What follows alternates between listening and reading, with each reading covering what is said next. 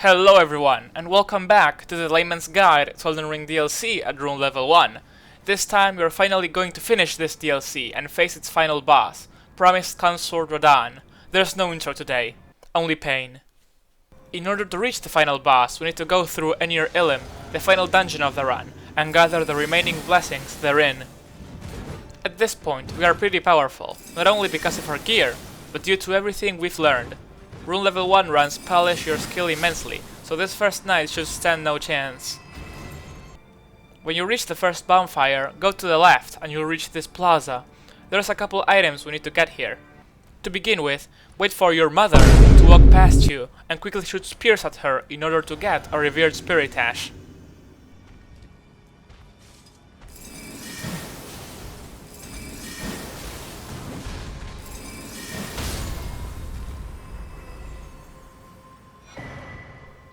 Jump back where you came from and enter this room to the right.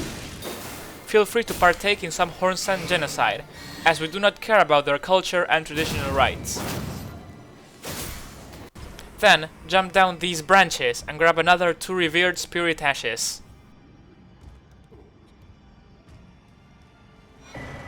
Now, I'm going to be honest with you. I forgot one of these ashes in part 5, near the village of flies. I failed every single one of you, and I hope you can forgive me. The following section is pretty tricky. Go up these stairs after the fountain and dodge the Hornsent's projectiles. Quickly buff behind cover and prepare to fight a very tough Lion Knight. Just try to stay away from him as much as possible and shoot spears after his slow attacks.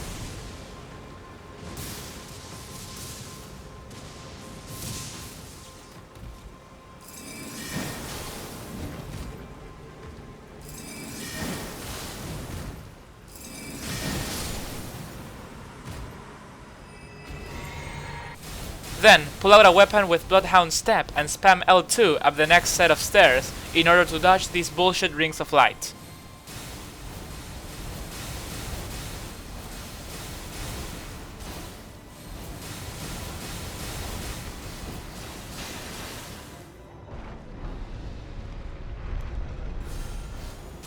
After opening the door, you'll find a Site of Grace and a Shadow Tree fragment.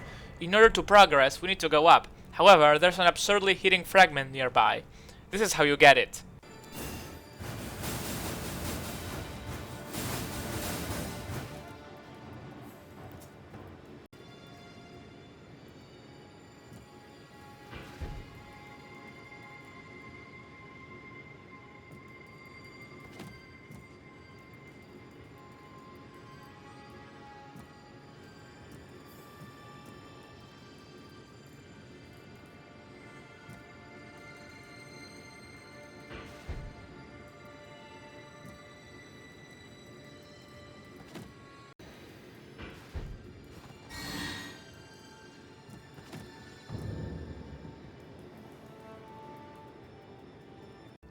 If you found this on your own, you're like the Christopher Columbus of Elden Ring.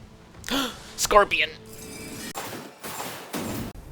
To top it all off, there's a completely useless elevator that takes you back up. Miyazaki is truly beyond our understanding. Back to the main path. From the Spiral Rise Site of Grace, go up the stairs and through these windows. I hate these guys that summon the rings. I need the community to invent a slur for Hornsent people. Now, we find ourselves in situations similar to that of the Stone Coffin Fissure, in the sense that we need to get through a very long and dangerous section we cannot run past safely. Therefore, we'll have to approach it rather methodically. Try to follow this strategy. Kill this first bird.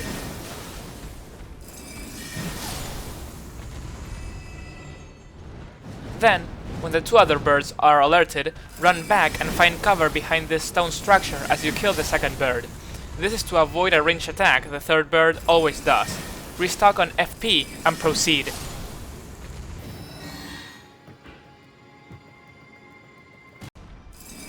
Kill the bird and the Hornsent without them seeing you. There's a revered spirit ash behind you.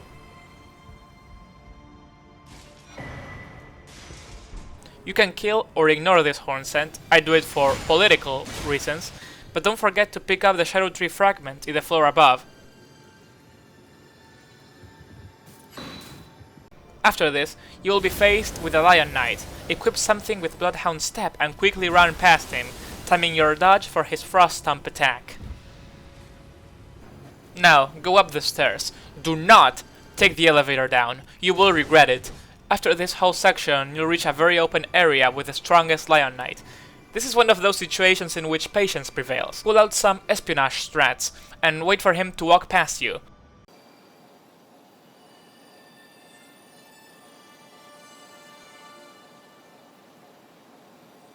I could have killed him no problem, but I decided to let that live.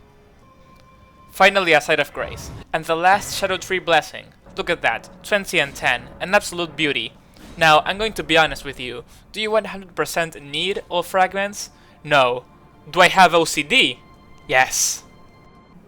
Anyways, it's time for the first boss of the episode. We need to kill Miquella's followers. I didn't really follow any of the quests. If you don't do anything, you'll have to defeat Leda, Dane and the Horn Scent. So we've got 3 targets. However, we will always be able to summon Sanguine Noble Natan, as well as Tish. I've got to admit, I was kind of dreading this fight, and I regretted not killing Horn Scent before. That's what you get when you spare them, I guess. But it was really easy. Tish and Natan are absurdly aggressive, and they'll keep all knights occupied. Just watch from afar and shoot any spears you can when they are distracted.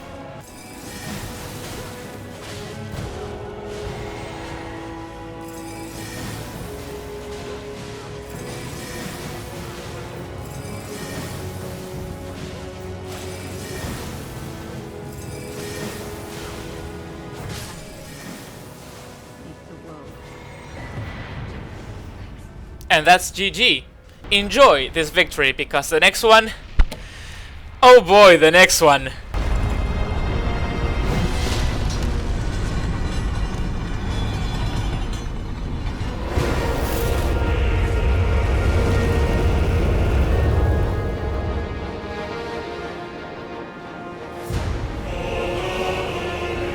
I'm so fucked.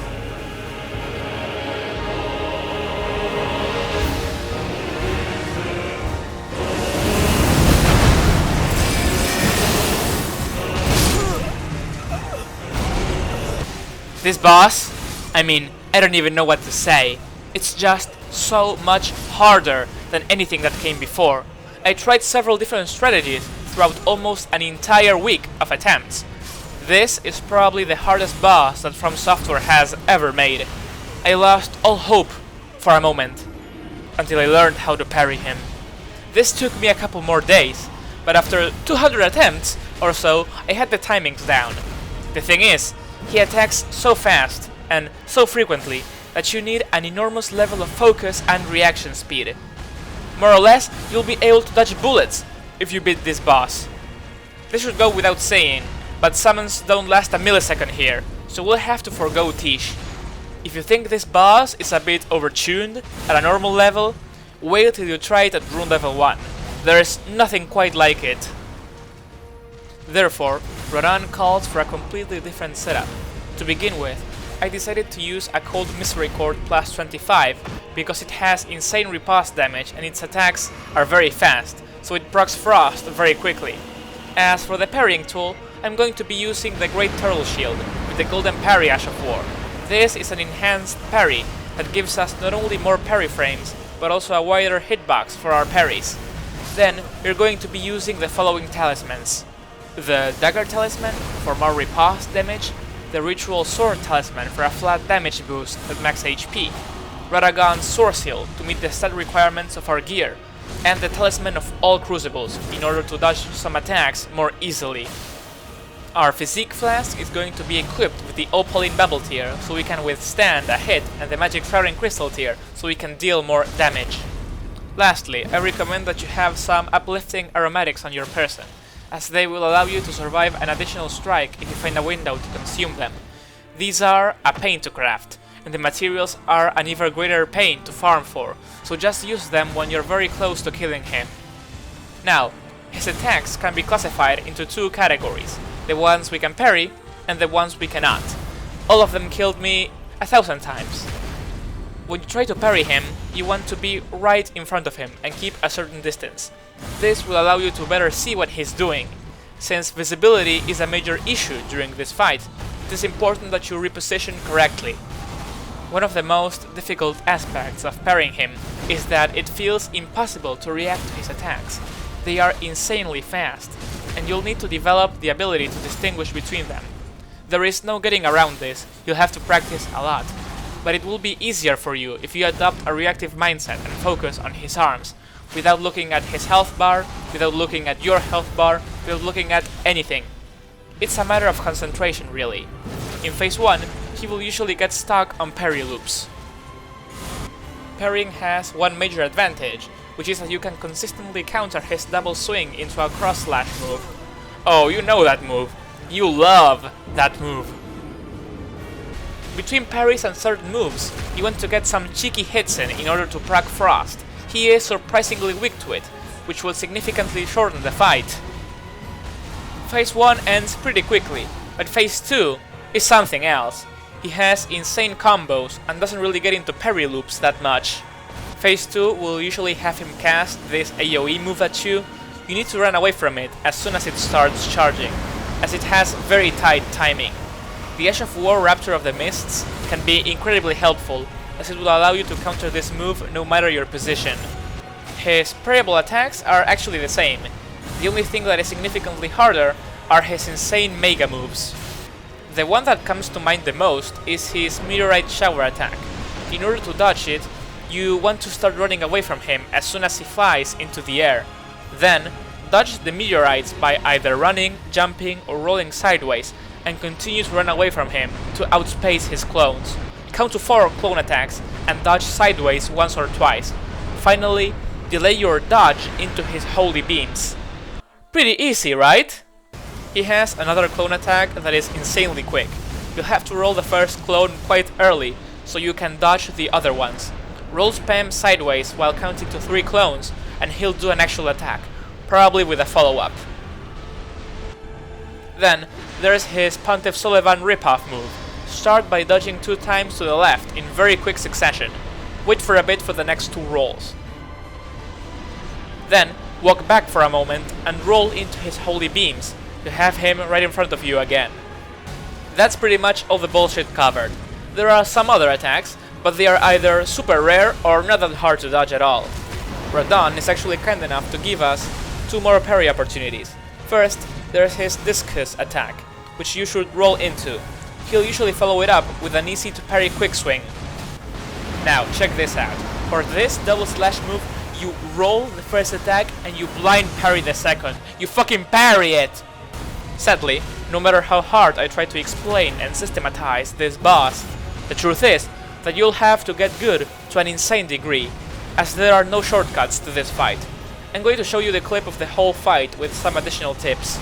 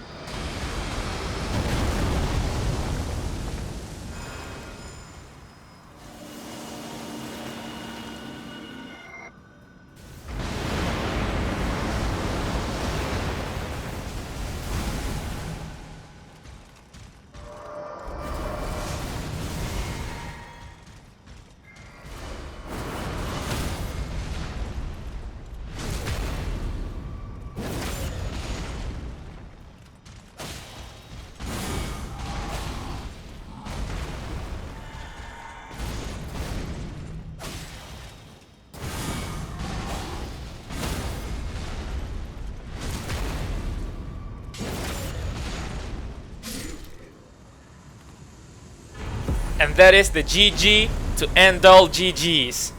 If you manage to kill him, you have my utmost respect and are deserving of the title of Elden Lord. It is hard, but achievable with enough skill and luck.